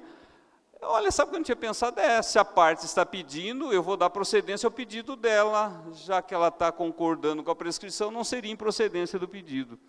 Viu? Vamos ter que se virar nos 30. Advocacia com inteligência. O que não dá é para botar os 10 anos lá e não falar para o seu cliente, olha, se a gente perder aqui, pode ter alguma coisa que a gente chama agora de sucumbência. Perícia, né? Vai ter que falar para o seu cliente, viu? Olha, me traga algum documento para a gente entrar, não dá para entrar no vazio mais. Por quê? Ah, mas essa dor, viu? O fato de você entrar numa empresa são e sair doente não significa necessariamente que você contraiu a sua doença, embora às vezes a gente, né, cisme, né? Doença, trabalha movimento repetitivo lá, estou com LER, DORT, enfim, com a doença, uma tenossinovite, uma tendinopatia, legal, eu acho que é. Mas, viu, vai, consulta um médico para ver se isso aí não é degenerativo. E descreva na petição inicial qual eram as circunstâncias em que você trabalhava. Mas isso já era para ser, né? Ali, o que é? Não estou conseguindo ver daqui. Oi. Na hipótese de... legal, 844. Reclamante não veio. O que é? Antigamente, como que era? Vai para a audiência, chegou lá, cadê seu cliente? Ai, não veio. Às vezes ele veio, a gente chegava lá fora, viu, cadê as testemunhas? Ai, doutor, não veio. Ih, rito sumaríssimo, ferrou. Cadê aquela notificação que eu entreguei para você entregar para o cliente para ele vir? Ai, doutor, não sei onde está, não. O que você faz, Neuza? Você não, lá na Suíça. O que a gente faz na Suíça? Viu, suma daqui, vai embora. O que a gente vai fazer a partir de agora? Manda você a carta para testemunha. Rito sumaríssimo? Manda com a R de recebimento, ou manda o cliente levar, mas manda ele trazer uma semana antes, para comprovar que você notificou. Foi para a audiência, o reclamante, a testemunha não veio, Beto, o que você faz? Entra, está aqui, manda intimar. Agora o reclamante não veio, legal. Ele não veio por quê? Perdeu hora. O que eu faço? Sucumbência agora, pagamento de custas, no valor de 2% sobre o valor da causa. É isso mesmo, né? E mais, a condição é o seguinte, só vai entrar com outra ação se você pagar essas custas. Legal, legal, tem uma saída, isso é inconstitucional, na minha perspectiva, inconstitucional. Essa exigência de pagamento sob pena de é inconstitucional porque é desproporcional, ela não passa pelo crivo da proporcionalidade. Opa, peraí, eu saí de uma empresa, verbas rescisórias de 10 mil reais, entrei, ajuizei, perdi o dia da audiência, foi para o arquivo, eu vou perder os 10 mil reais de verba rescisória porque eu não pago custos de 20 reais? É desproporcional, dá para invocar sim, não tenho dúvida que os juízes vão por esse caminho, eu acredito, da inconstitucionalidade desse dispositivo. Mas o que você vai fazer? Você vai ter que argumentar na sua petição. Beth, vai dar mais trabalho. Alan, não tem jeito, vai ter que argumentar na petição inicial preliminar, né, da inconstitucionalidade do artigo, do parágrafo 3º do artigo 8, qual que é lá? O artigo 844. É isso. Percebam, não é tão grave assim. Agora, o advogado diligente vai fazer o quê? Vai pegar no pé do cliente um dia antes e vai falar, viu, cidadão, perdi tempo para fazer a petição inicial, você, por favor, não me falte lá. Por quê? Porque às vezes a gente não dá muita importância para aquela ação. Faz o que acho que foi o Sérgio que falou, né? Chega no dia da audiência, oi, você é meu cliente? Opa, peraí, isso nunca foi advocacia. Não aquela que está no estatuto da nossa classe. Não é isso que diz o estatuto, nem o Código de Ética. É lógico que a advocacia na área trabalhista ela é peculiar. Por quê? Porque aparece de monte. Bom, quem tem escritório com ações em volume vai ter que começar a repensar esse contato pessoal, que me parece era o que era para ser desde sempre. A advocacia ela é artesanal, ela não é vendida por atacado. Sempre foi artesanal. Vai ter que ficar um pouquinho mais de tempo. Tem um grande escritório, vários advogados e muitos processos. Legal, vai ter que dar uma atenção melhorada para ele ver que a ação dele é importante para ele e para você. Por quê? Porque se ele não for, é trabalho perdido e custas para ele. E depois vai ajuizar uma outra ação, vai ter que fazer uma argumentação legal de inconstitucionalidade, discutir direito constitucional, mas tem saída. Me parece que esse artigo, nessa parte, ele seria inconstitucional, ele estaria ferindo lá o direito de petição, né, primeiro, e olha, detalhe, com esse direito do trabalho que se impulsionava automaticamente, o juiz, a gente não precisava atuar, o juiz fazia tudo, a gente esqueceu de aprender nessa área trabalhista a lidar com a Constituição Federal. Um dia eu estava numa audiência e veio lá a contestação tal, e a juíza, vamos instruir. Eu falei, mas excelência, e réplica? Gostaria de manifestar sobre a defesa, né, e documentos. Doutor, não tem réplica no processo de trabalho. Eu falei, putz, grilo. E tem réplica no processo de trabalho? Aonde? Não tem. Tem na Constituição, contraditório pela defesa, mas, veja bem, isso já está na Constituição desde 88, mas réplica não tem. Nós temos que aprender a trabalhar com a Constituição Federal. O Sérgio, acho que apontou, trabalhar hoje com cláusulas gerais, a boa-fé, função social, legal. Fez, César, fez um acordo coletivo lá, legal, entre os trabalhadores, ou um acordo individual entre as partes. Tem uma cláusula geral poderosa no Código Civil que se chama abuso de direito, artigo 187 do Código Civil. Ela fala o seguinte, qualquer ato jurídico, qualquer negócio jurídico que for feito com lesão, olhe bem, com lesão à boa-fé objetiva, à função social do contrato, ou os bons costumes, essa parte é melhor deixar para lá, mas enfim, está lá, ela é considerada nula. Mas nós não aprendemos o direito do trabalho a lidar com o quê? Com a teoria geral do direito. Porque a gente nunca precisou. Teoria geral do direito do civil está lá, deixa lá para o Código Civil. Não, hoje o Código Civil ele está mais favorável em alguns aspectos, ele está mais favorável que a CLT. Estou mentindo, César? Estou mentindo, Sérgio? Professor Domingos? Sim, ó. É vero. Em alguns casos você vai buscar lá no Código. Aliás, onde você vai buscar toda a fundamentação para cobrar uma indenização por dano, por lesão, enfim, física, por acidente de trabalho. Código Civil. Mas a gente não aprendeu. Agora, não tenho dúvida, junto lá um acordo coletivo, um acordo individual entre empregado, ele trabalhava, por exemplo, 4 horas essas por dia, ou 2 horas essas por dia, habitualmente, para compensar, sabe-se lá quando. Dependendo do caso concreto, você junta e fala, excelência, esse acordo ele é nulo. Por quê? Porque ele lesa, ele constitui abuso de direito, por ferir a finalidade social da própria relação de emprego. Olhe bem, mas a gente vai ter que aprender o que é abuso de direito. E aqui entre nós, juízes trabalhistas não gostam disso. Só um exemplo, o TST tem a OJ 399, que fala que a gestante, ou aquele detentor de estabilidade, ele pode ajuizar a ação, vamos pegar um caso concreto, gestante, ela está grávida, sai da empresa, nem ela nem o patrão sabem que estão grávida. O que acontece? Ela fica descobrindo daqui 5 meses que está grávida. O que ela deveria fazer pela boa fé objetiva, que significa se comportar positivamente de algum jeito? Devia ir lá e falar, estou grávida, quero voltar. Não vai voltar. Aí ela poderia entrar com ação. O que acontece? Não é muito raro. Espera passar o período de estabilidade e depois ajuiza a ação. É isso que acontece. Isso está, do ponto de vista moral, isso é criticável do ponto de vista de direito. O TST falou, olha, como a Constituição só fala que o único requisito para entrar com ação é observar o prazo de 2 anos, a prescrição, não constitui abuso de direito ajuizar o prazo, por exemplo, no 23º mês. Cáspita, que isso? Isso é uma aberração jurídica. É dizer que abuso de direito existe. Até aí tudo bem, então não aplica o artigo 187 do Código Civil, mas dizer que isso não constitui abuso de direito é negar toda uma doutrina que vem fazendo. E nós temos que aprender a falar sobre, enfim, a dissertar nas nossas petições iniciais sobre isso. Vamos ter que aprender a fazer isso, para o lado do empregado, quanto para o lado do empregador. Foi dispensado recentemente o empregado porque ele participou de greve. Legal, o patrão chegou para ele e falou, vou mandar você embora, Neuza. Sem justa causa, vou pagar todos os seus direitos. Você precisa aprender. Cometeu algum ato ilícito? Ele mandou embora, pagou tudo. Cometeu o ato ilícito de abuso de direito, porque nenhum direito pode ser exercido com fins emulativos, mesmo que indenização por dano moral, justiça do trabalho tem dado de monte. Argumentação, 187 do Código Civil. 187 do Código Civil. Quer dizer, e aquele artigo não era o 74, era o 73, desculpa, viu, professor Domingos. Gratuidade judiciária, né? A gente está acostumado a pedir a gratuidade judiciária com base no Código, na Lei 1060, que foi quase que completamente revogada, e agora lá no artigo 89, seguintes do Código de Processo Civil. Nós esquecemos que a gratuidade judiciária, ela tem raízes lá na Constituição, em 2 artigos, em 2 dispositivos. O artigo 5º, deixa eu ver se eu acho aqui.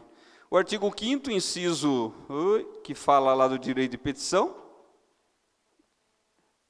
Deixa eu ver se eu tenho aqui. Olha lá. Está lá no cantinho, lá que não dá para ver. Enfim, tem 2 dispositivos constitucionais. Ao invés de você fazer a petição de gratuidade judiciária pedindo com base no artigo 790 ou 791 da CLT ou do CPC, faça pedindo com base no artigo 5º da Constituição, lá nos seus incisos, deixa eu ver se eu acho aqui, está lá no cantinho, alguém vê aí, César?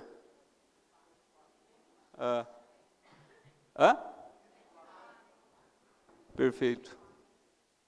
Por quê? Eu vou colocar o juiz trabalhista em xeque, ele vai ter que decidir essa matéria constitucional. Ou ele vai falar, olha, é matéria infraconstitucional, não me meto nisso, ou ele vai resolver para o caso concreto, que ele vai aplicar o direito de petição, que fala que é livre de taxa, e não nos esqueçamos, custas nada mais é do que uma espécie de tributo que o Código Tributário chama de taxa. Ele vai, opa, peraí, realmente, né, se ele está pedindo com base na Constituição, a argumentação é outra, não é com base em lei infraconstitucional. Vamos ter que aprender a trabalhar, portanto, com a Constituição Federal. São só algumas ideias, né? Despesa com perícia, olha lá. Agora, pediu. Indenização por acidente de trabalho. Chegou lá, viu, não tem nada a ver com trabalho isso aqui. A perícia, o valor da perícia, que vai seguir uma tabela, tem sido muito criticado isso, né?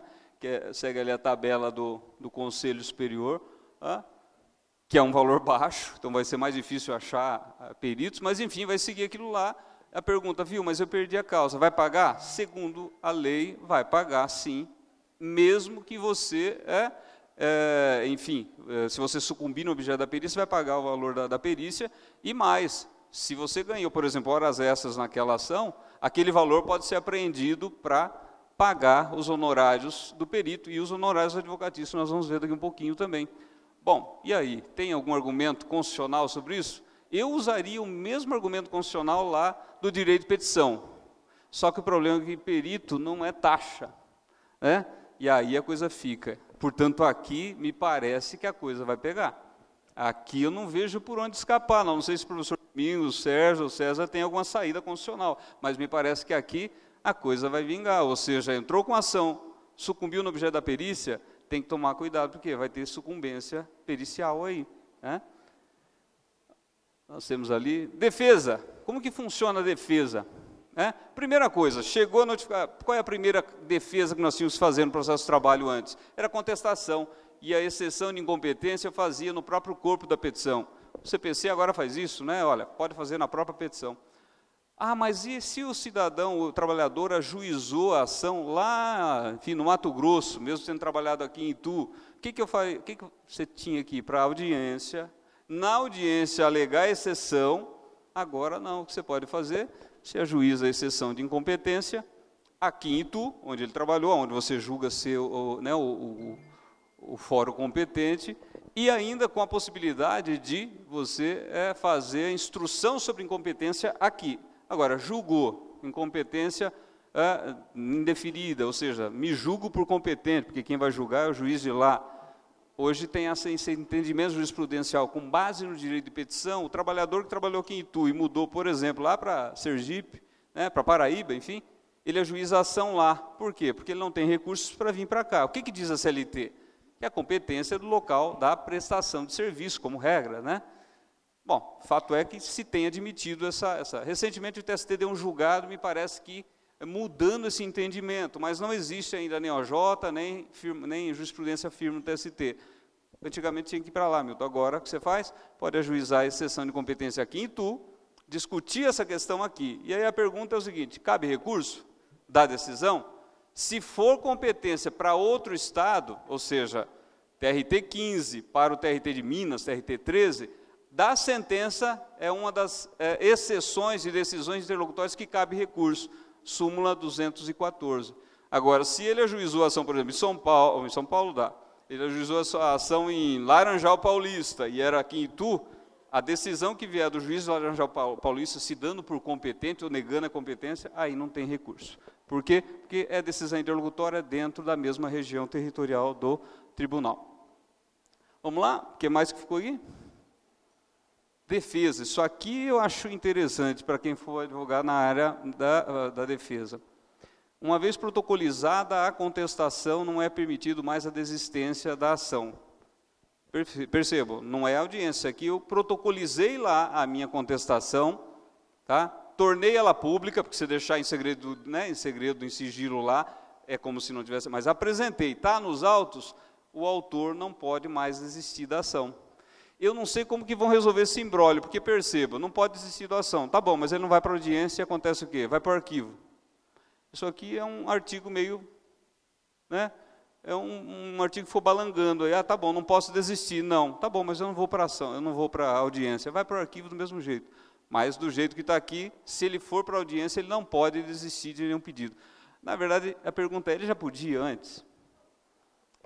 Quando eu ia para uma ação, para uma audiência, Liliane, o juiz fala a parte, né, vinha o doutor Alain lá, vinha o doutor Alain e falou, olha, eu queria desistir do pedido número 10 aí.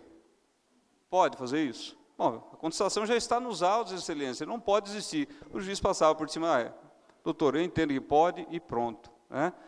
Me parece que o rigor agora da CLT é maior nesse sentido, falando, olha, se colocou aí, não pode desistir do pedido. Mas ele pode não vir para a audiência e o processo vai para o arquivamento, ônus de recolher as custas só. Na audiência, aqui eu acho que aqui uma atenção especial para quem advoga para a empresa. Vou para a audiência, o que fala ali? Preposto, primeira coisa. Preposto não precisa ser mais empregado da empresa. Aliás, eu pergunto para vocês, aonde que estava na CLT que preposto tinha que ser empregado da empresa? No Brasil é assim, você tem que dizer que água de coco dá em coco, que dá no coqueiro e na Bahia. Por quê? Porque senão, é isso que aconteceu.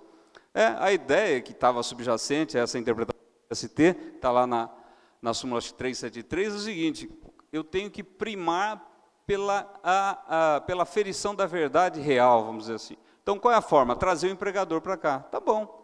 Quem que ferra esse entendimento que tinha até hoje ainda em vigor? O pequeno microempresário. Que agora, tudo bem, não precisa ser o preposto, mas até antes da alteração lá que permitia. Por quê? Porque a grande indústria, o que ela faz? Ela contrata advogados, registra ele como empregado e pronto. Né? Bom, isso espero estar corrigido também. Agora o preposto não precisa ser mais empregado da empresa. Legal? Oi. Aqui, o que é isso aí? Ah lá, em vermelho. Isso aqui é importante. Revelia, isso teve uma mudança significativa, que é o quê? Vou para a audiência, né, como advogado da empresa. O preposto não vem, a empresa não vem. O que acontece hoje? Viu, revelia, a casa caiu, não tem boi. Mas viu, mas e se... Excelência, eu estou aqui com a contestação e documentos, já está nos autos aí. O que o juiz fala para a gente? Não vou nem apreciar. Por quê? Porque é revelia, doutor. Agora, a partir de agora, não. Você entrou como advogado, o preposto não vê, revelia, sem problema, só que o juiz estará obrigado a aceitar a defesa e os documentos. Você fala, mas o que adianta se deu revelia? Opa, calma, mudou e muito. Por quê? Porque a partir de agora, ao serem inseridos documentos no sistema entregue, o juiz, você vai estar autorizado também a produzir provas sobre aquilo. Porque afinal você fez prova documental, o juiz vai ter que dar para a parte se manifestar, e no mínimo, nós vamos poder colher o depoimento pessoal do reclamante, que é para buscar o quê? A confissão. Juntei lá um recibo de horas extras que ele está cobrando. O que você vai fazer? Excelência, só quero que ele confirme se ele recebeu isso que está no recibo. Eu recebi. Compense, deduza-se daquilo que eventualmente ele ganhar, que for fruto da revelia. Às vezes ele pediu lá 10 horas extras, ele ganha e o recibo responde a 5. Antes, você não podia juntar esse recibo, ou tinha que implorar, Sérgio, para o juiz, para contar com a benevolência dele, tá? Tinha que ir com calma com o juiz. Agora, não, agora ele vai acolher, e uma vez a defesa estando ali com documentos nos autos, ela passa a compor o processo, e se compõe, o juiz é obrigado ao quê? A ponderar, a analisar aqueles documentos. Isso aqui é uma alteração substancial. Aqui o que é? 847. Vocês desculpem que eu tinha feito realmente um pouco mais extensa, e aí eu acabei reduzindo para a gente enquadrar aqui. A parte não poderá apresentar defesa escrita no sistema até a data da audiência. Isso aqui sem muitas alterações, sem problema nenhum. Não vejo nenhum problema. Litigância de má-fé, rápido aqui. Viu? Só no direito do trabalho não tem litigância de má-fé? E eu diria para vocês que isso aqui, ao contrário do que alguns falam, que foi feito para ferrar o empregado, viu? Particularmente isso aqui vai pesar para o empregador. Por quê? Porque até então, qual era a postura que eu adotava como advogado do empregado? Eu não alegava litigância de má-fé da outra parte, tá? Justamente para o juiz, se ele tiver que analisar de um, ele analisa de outro. Então, eu sempre dei, assim, em aulas práticas, eu falo, olha, cuidado com alegar litigância de má-fé, principalmente você reclamada. Eu vou alegar litigância de má-fé do empregado. Legal, mas se você perder a ação, alguém está mentindo nessa história. Então, agora está inserido na CLT, coisa que já existia, já se aplicava lá do CPC. Mas ainda assim fica a dica prática, muito cuidado com invocar litigância de má-fé, seja reclamado, seja reclamante. Por quê? Porque se você provocar o juiz, Amilcar, o que vai ter que fazer, Amilcar? Ele vai ter que analisar, e aí ele pondera para os dois lados. Então vamos analisar a conduta do outro lado também. Aqui, vamos lá, o que é isso daí? É o CPC, ônus da prova. O que mudou no ônus da prova? Bom, ônus da prova mudou que trouxe-se para dentro da CLT a distribuição dinâmica do ônus da prova, Rosana. Já estava lá no CPC, sem problema nenhum. Só que alguns juízes ainda resistiam, mesmo tendo a instrução normativa 39 do TST, dizendo que o CPC se aplicava aqui no processo do trabalho, tinha juiz que não estava aplicando, ou aplicava do jeito dele. Bom, agora está na CLT, e aqui um detalhe importante. Não vou discorrer sobre o ônus da prova, a inversão do ônus da prova, mas uma coisa é a inversão da produção da prova, outra coisa é a inversão do ônus da prova. Inversão do ônus da prova, da produção da prova, viu? Em vez de ouvir o reclamante, eu vou ouvir a reclamada, em vez de ouvir a reclamada, eu vou ouvir a reclamada primeiro. Isso é inversão da produção do ônus da prova. Não é inversão do ônus da prova. Inversão do ônus da prova é quando o autor fala uma coisa, afirma um fato constitutivo, afirma um fato, vem a empresa e nega o fato. E o juiz olha para ela, olha, o ônus é seu. Ela negou o fato, portanto, pela regra, o ônus é da parte que alegou o fato. Vem o juiz e fala, olha, nesse caso, em razão da peculiaridade e da facilidade de produção de provas que possui o réu, viu, réu, você reclamado que vai apresentar a prova. Isso é inversão do ônus da prova. Inversão quando a parte se nega e se atribui para ele o ônus de provar aquilo que ele negou. É quase provar um fato inexistente. Não chega tanto, mas é essa a ideia. Bom, veio para a CLT e com uma peculiaridade que exige atenção aqui da parte, que é o seguinte, olha, o juiz ao tomar essa decisão de inverter o ônus da prova, ele vai adiar ou não a audiência, a requerimento da parte. Se a parte não requerer, seja ele o autor ou o réu, o que o juiz vai fazer? Prossegue com a instrução. Então aqui uma atenção especial. O juiz falou, olha, eu vou inverter aqui, eu vou distribuir de forma diferenciada o ônus da prova. Ele vai ter que dar uma decisão antes da audiência, diz a CLT, e na audiência, na hora que você vier para a audiência, seja autor ou réu, se você se sentir prejudicado, porque não dá para se manifestar, ou não conseguiu tempo hábil para produzir a prova que o juiz lhe atribuiu, você tem que pedir para ele o quê? Para ele adiar, marcar a audiência para outro dia, para dar tempo para você se preparar. Mas percebam, tem que ter requerimento da parte. Se não tiver requerimento da parte, o juiz passa que nem um trator por cima, né, da parte desinteressada. E aí, para quase encerrar, falei para você, Rosane, em 20 minutos eu terminava, a parte mais gostosa da reforma. Mais gostosa para nós, né? Honorário de sucumbência. Há muito tempo se invocava, com base no artigo 133 da Constituição, que a sucumbência era uma forma de reconhecimento do mérito do advogado. Aqui, todos aqui, fazer uma pesquisa bem rapidinha. Quem aqui já viu ação aqui no nosso meio, ajuizada sem advogado na seara trabalhista? Eu estou com 20 anos, eu nunca vi. Né? Tá, você sobe esse Brasilzão aí, você encontra, né? Tem até a justiça itinerante no Amazonas, onde a justiça do trabalho entra num barco, e o juiz vai peregrinando por lá e chega lá, viu? Você está registrado? Não, chama o patrão aqui, vamos registrar. Tem isso, mas vamos combinar? Foge, né? Agora aqui não, aqui é o quê? Aqui todas as ações que a gente, ou a maioria, são ajuizadas com a participação do advogado. Bom, pois bem, mudou o esquema. Agora eu ajuizo a ação, o outro contesta e o juiz irá atribuir honorários de sucumbência na proporção da vitória ou derrota do pedido. Aí a coisa pega um pouquinho. E aqui eu trouxe uma interpretação que eu preparei, mas são primeiras linhas, e eu aproveito a presença aqui do meu doutor, professor Domingos, que é o seguinte, a lei, o artigo 790 e... cadê? 79, 1A, ele fala o seguinte, deixa eu ver aqui, ó, contestação, honorários, vamos ler juntos, má-fé, fala o seguinte, olha, ao advogado, ainda que atue em causa própria, serão devidos honorários de sucumbência fixados entre o mínimo de 5 e o máximo de 15, sobre o valor que resultar da liquidação de sentença. Então, não é ali na hora.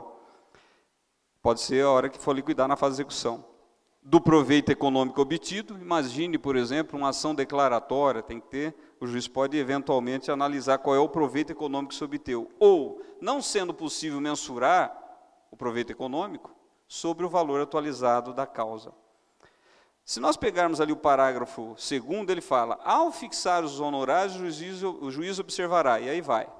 Se eu pegar o parágrafo 3º, só para construir o raciocínio, ele fala assim, na hipótese de procedência parcial, o juiz arbitrará honorários de sucumbência recíproca, vedada a compensação entre honorários, porque isso era um entendimento que tinha no cível, que era o seguinte, antes do CPC 2015, que era o seguinte, o juiz condenava, dava parcialmente procedente a ação. Aí, os nossos honorários, o juiz falava, como é 50% sucumbente para cada parte, cada um arque com os honorários dos seus respectivos advogados, ou ficam compensados. Espera aí, os honorários são nossos, é dos advogados, é do advogado e não da parte.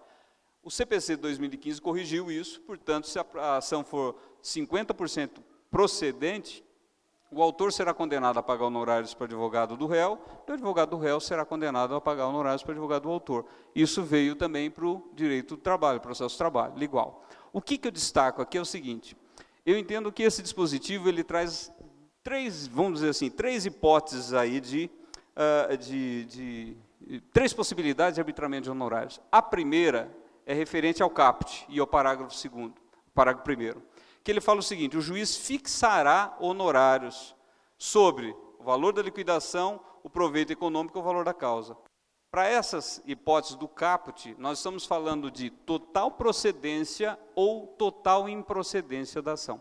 Se a ação for totalmente procedente, o juiz arbitrará honorários, de acordo com o zelo, blá, blá, blá, de 5% a 15% do valor que for apurado em liquidação, caso o juiz ache que aquele valor que está no valor da ação sua não corresponda efetivamente ao valor devido, que é o que é mais comum nas nossas ações. Se o juiz, porém, julgar totalmente improcedente a ação, também ele vai arbitrar de 5% a 15% sobre o valor da causa. Até aí, sem problema. E quando a ação for improcedente, o juiz arbitrará. Arbitrará de quanto a quanto? Ele arbitrará. Ele não precisa necessariamente seguir de 5% a 15%. Vocês vão falar, mas viu, o caput não comanda o resto dos dispositivos? É uma forma de interpretar. Na minha interpretação, considerando as peculiaridades do caso concreto, perdão, do direito do trabalho, das petições trabalhistas iniciais, me parece que aqui a saída, agora vamos advogar para o reclamante, para o reclamante, me parece que dei o valor à causa de, sei lá, 100 mil reais. Ganhei 20 mil reais. Fui sucumbente 80 mil reais. Juiz, vai arbitrar de 5% a 15%, fixar de 5% a 15%, né?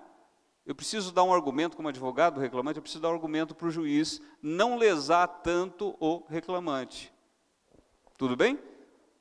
Excelência, o senhor não precisa arbitrar, né? O senhor não precisa colocar de 5% a 15%. O senhor pode arbitrar. Arbitrar significa haja com equidade. Esse é um novo mandamento que me parece que vai estar muito presente em decorrência dessa. É o juiz agir ou julgar com equidade. O que é julgar com equidade? Tirar da cabeça dele alguma coisa que ele entende que é mais ou menos razoável e aplicar no caso concreto. Bem isso. Todo lado da reclamada? Bom, mesma coisa. Excelência, espera aí, né? Foi parcialmente procedente, viu? Arbitre, mas não naqueles termos lá de 5% a 15%. Quem atua no cível, o que os juízes fazem? Arbitro em R$1.000 o valor de honorários, R$500 de honorários. Teve uma casa que eu participei, o valor era alto, né? 300 mil reais, o juiz deu lá, arbitros honorários em R$1.000. Eu, filha de uma mãe. Eu estava lá doidinho, né? Enfim, o que você vai fazer? Recorre para o tribunal. O problema é que agora, no cível, tem lá a sucumbência recursal. Trabalhista ainda não tem a sucumbência recursal. Dá para testar ainda o tribunal qual é o entendimento dele. Né? Súmula 219 para finalizar. Existe uma diferença, nós podemos classificar os honorários em 3. Honorários assistenciais, César conhece, que são os honorários devidos ao advogado do sindicato, os honorários de sucumbência, né? E os honorários indenizatórios, que estão lá no artigo 389 e 404 do Código Civil. Até então, a Justiça do Trabalho tem sido muito reticente em relação aos honorários indenizatórios, que é o quê? É aquele honorários que nós vamos cobrar dos nossos clientes de 20% a 30%, que eu posso na minha ação, pedir para que a empresa seja condenada a indenizar o reclamante na proporção daquilo que ele vai gastar com a gente. Olha que bacana. Isso no cível tem funcionado. Na trabalhista, não. Por quê? Porque se tem o ius postulante da parte, então se entende que não se aplica. Só que agora, nós temos essa inovação. Me parece que também seria interessante trazer os honorários indenizatórios para dentro da discussão. Como que você faz? Constrói a petição inicial e constrói também um tópico lá, onde você vai colocar 12 honorários indenizatórios. Tem que ter causa de pedir, gente, e juntar o contrato que você firmou. E aí você vai ver se você quer ou não fazer isso, abrir o jogo do seu escritório para o juiz analisar. Conveniência do caso aí que vocês vão analisar. Mas me parece que pode. Agora, se pode para o empregado, para o autor, também tem que poder para o empregado, para o réu na ação. Tudo bem? Quer colocar essa discussão? Coloque, mas você vai ter o revés na contestação da parte também. Opa, eu também quero, então. Se o juiz der para um, ele tem que dar para outro. Né? É uma coisa que... E o último tópico é em relação aos honorários assistenciais, Amilcar, que é os nossos. Honorários assistenciais são só devidos, até hoje, para o advogado do sindicato e do sindicato profissional, ou seja, do sindicato dos trabalhadores.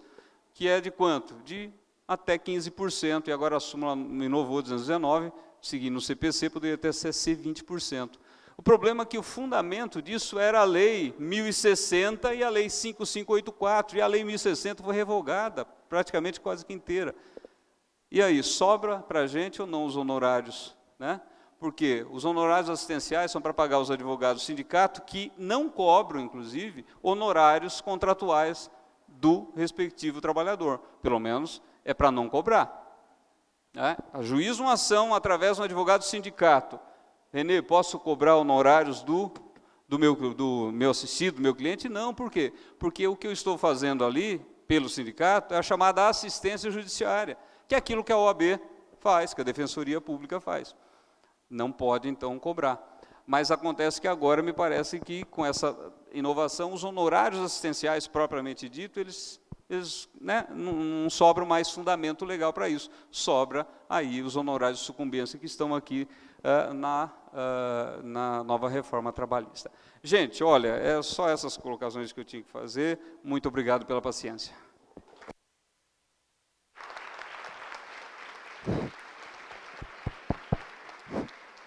Alô, alô, alô, alô.